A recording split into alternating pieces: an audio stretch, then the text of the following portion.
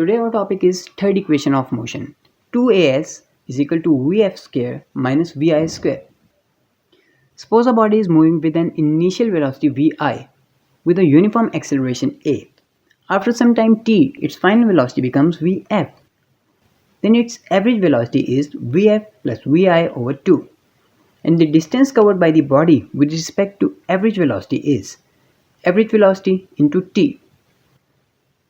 Now put the value of average velocity in equation 1. It will be s is equal to vf plus vi over 2 into t. Now from the first equation of motion, find the value of t and put in equation 2. We will get s is equal to vf plus vi over 2 into vf minus vi over a. Now just simplify the equation and we will get 2as is equal to vf square minus vi square.